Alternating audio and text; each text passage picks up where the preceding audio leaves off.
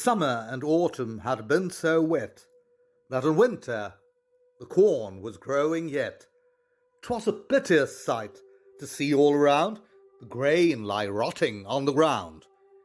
Every day the starving poor crowded around Bishop Hatto's door, for he had a plentiful last year's store, and all the neighbourhood could tell his granaries were furnished well. At last Bishop Hatto appointed a day to quiet the poor without delay. He bade them to his great barn repair, and they should have food for the winter there. Rejoice, such tidings good to hear, the poor folk flocked from far and near. The great barn was full as it could hold, of women and children and young and old. Then when he saw it could hold no more, Bishop Hatto, he made fast the door, and while for mercy on Christ they call, he set fire to the barn and burnt the more. "I'faith, 'tis an excellent bonfire," quoth he, "and the country is greatly obliged to me for ridding it in these times forlorn of rats that only consume the corn." So then to his palace returned he, and he sat down to supper merrily, and he slept that night like an innocent man. But Bishop Hatto never slept again. In the morning as he entered the hall, where his picture hung against the wall, a sweat like death all over him came, for the rats had eaten it out of the frame. As he looked, there came a man from his farm. He had a countenance white with alarm. "My lord, I opened your granaries this morn, and the rats had eaten all your corn." Another came running presently, and he was pale as pale could be. "Fly, my lord bishop, fly," quoth he. "10,000 rats are coming this way. The Lord forgive you for yesterday." "I'll go to my tower on the Rhine," replied he.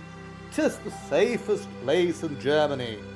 The walls are high and the shores are steep, and the stream is strong and the water deep." Bishop Hatto fearfully hastened away, and he crossed the Rhine without delay, and reached his tower and barred with care all the windows, doors, and loopholes there.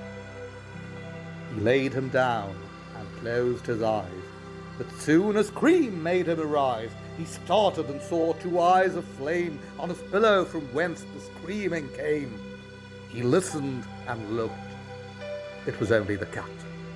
And the bishop, he grew more fearful for that, for she sat screaming mad with fear at the army of rats that were drawing near. "For they have swum over the river so deep, and they have climbed the shore so steep, and up to the tower their way is bent to do the work for which they were sent.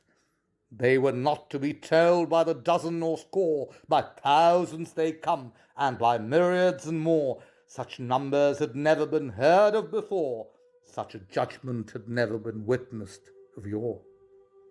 Down on his knees the bishop fell, and faster his beads did he tell, as louder and louder drawing near, the gnawing of their teeth he could hear. And in at the windows, and in at the door, and through the walls, helter-skelter they pour, and down from the ceiling, and up through the floor, from the right and the left, from behind and before, from within and without, from above and below, and all at once to the bishop they go.